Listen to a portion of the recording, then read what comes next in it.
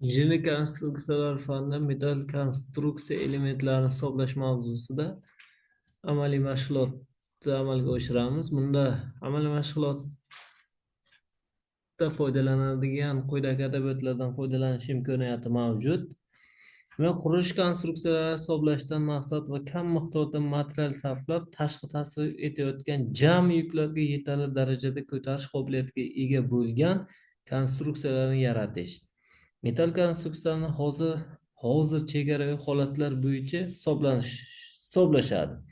Chegara holatlar deganda konstruksiyani ishlatish jarayonida oldindan belgilangan talablarga javob bermay qolishi tushuniladi. Birinchi guruh chegaraviy holatlar konstruksiya yuk ko'tarish qobiliyatini yo'qotish bilan bog'liq bo'lib, u ularga quyidagilar kiradi. Shaklning umumiy ustuvorligini yo'qolishi, vaziyat ustuvorligini yo'qolishi, qurilma metallining toliqishi yoki boshqa biror xarakterdagi buzilish, yuklarni va tashqi muhitning birgalikdagi noqulay ta'siri natijasida buzilishi, qurilishlardan foydalanishni to'xtatishga olib keladigan rezonans tebranishlar, metall materiallarni oquvchanligi, birikmalardagi siljishlar, o'z-o'zini cho'ziluvchanlik yoki darzlarni haddan tashqari ochilishi natijasida konstruksiyalardan foydalanish mumkinmasligi holatidir. Ikkinchi chegara holat konstruksiyani normal foydalanish qiyinlashib qolganligi bilan bog'liq va ularga yo'l qo'yib bo'lmaydigan siljishlar, tebranishlar, darslar paydo bo'lish natijasida ishlash muddatining kamayishiga olib keladigan holatlar kiradi.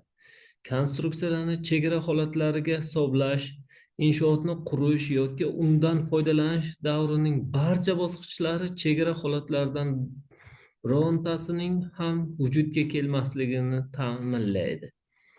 Demak, amalga oshirish uchun metall konstruksiya elementlarini ma'lum bir tashqi yuklarni qabul qiladi va ular ta'sirida cho'zilishga, siljishga, egilishga, murakkab zo'riqqanlik holatlari va burilishga ishlashi mumkin.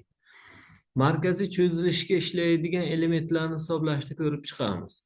Demak, bunda ma'lum bir nimada mahkamlangan po'lat arqon turibdi. Unda demak N miqdordagi tashqi yuk ta'sir qilmoqda. Unda birinchi chegara holat bo'yicha mustahkamligini tekshiriladi. Quyidagicha N taqsim AN katta yoki teng R Y gamma S. Bu yerda elementlar normal zo'riqishi, o'lchov birliklari keltirilgan. Elementga ta'sir etadigan bo'ylama kuch, o'lchov birliklari. Elementning foydali ko'ndalang kesim yuzasi demak keltirilgan. Keyingisi elementni cho'zilishga bo'lgan hisobiy qarshiligi. Bu metall markalariga qarab jadvallardan qabul qilinadi. Ishlash sharoiti koeffitsiyenti inobatga olinishi kerak. Cho'zilishga ishlaydigan elementlarning birligi quyidagicha tekshiriladi. Bunda element egiluvchanligi, elementning hisobiy uzunligi, element kesimining inersiya radiusi, egiluvchanlikning ruxsat etiladigan qiymatidan demak oshmasligi lozim. Elementning geometrik quyidagicha elementning hisobiy uzunligi, elementning geometrik uzunligi va element uchlarini qanday biriktirganligini ifodalovchi koeffitsient bilan aniqlanadi. Inersiya radiusi inersiya momentini ko'ndalang kesim nisbatini ildizidan chiqarilgan miqdoriga teng hisoblanadi. Bunda markaziy siqilgan elementlarni hisoblash quyidagicha amalga oshiriladi. Demak, bu yerda F bo'ylama egilish koeffitsiyenti jadvallardan qabul qilinadi. Gamma S ish sharoiti koeffitsiyenti. Metall elementlarini turg'unlikka hisoblashda an'anaviy va ularning o'lchovlari nisbati usulidan foydalaniladi. Bunda demak bu yerda Euler tavsiya etgan formula orqali aniqlanadi. Ya'ni sistemada hosil bo'layotgan kinetik kuch hisoblab topiladi.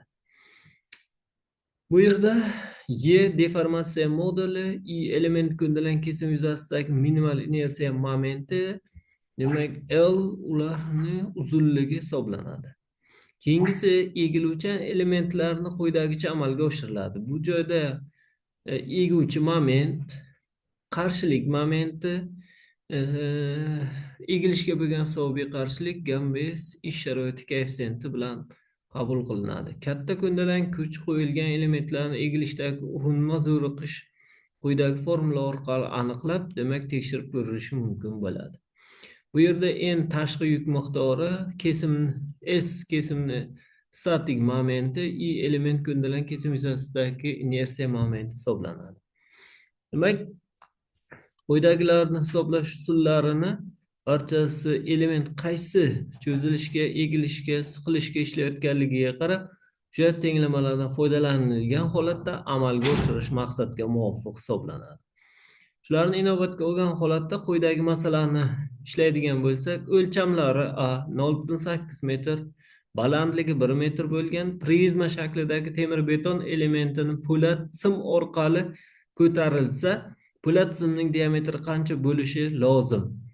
Quyidagi masaladan ko'rinib turibdiki, demak, po'lat arqon cho'zilishga ishlamoqda. Shuni aniqlash uchun bu arqon tayyorlangan po'lat simning markasini aniqlashimiz kerak bo'ladi. Bizda u po'lat simning markasi Vestal 3SP5 dan tayyorlangan ekan. Ishlash sharoiti koeffitsiyenti demak 0,8 ga teng.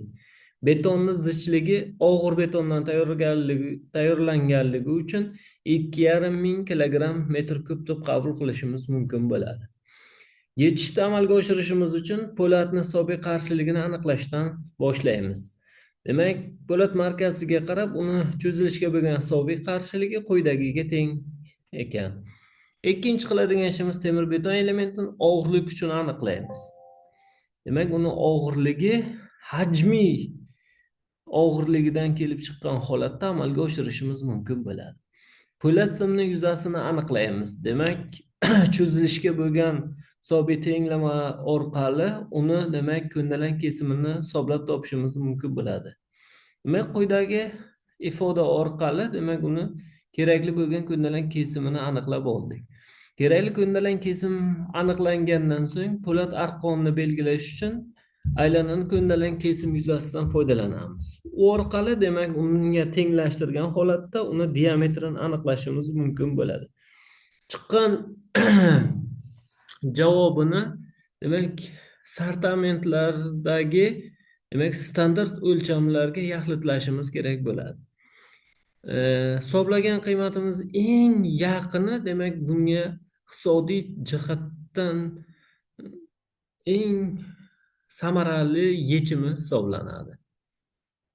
Ikkinchi masala demak xuddi shunday po'lat strapila tom yopma firmaning quyi belvoq elementlari cho'zilishga ishlaydi.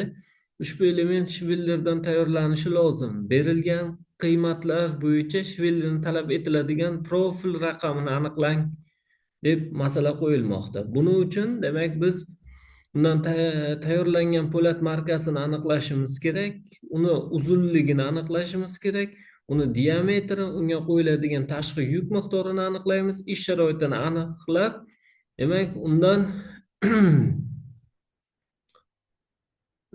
po'lat hisob kitobini amalga oshirishga kiramiz. Cho'zilishga ishlaydigan hisobiy tenglama orqali demak ko'ndalang kesimini aniqlaymiz va ko'ndalang kesimidan foydalanilgan holatda shviller sartamentiga o'tib, shu ko'ndalang kesimiga eng yaqin bo'lgan po'lat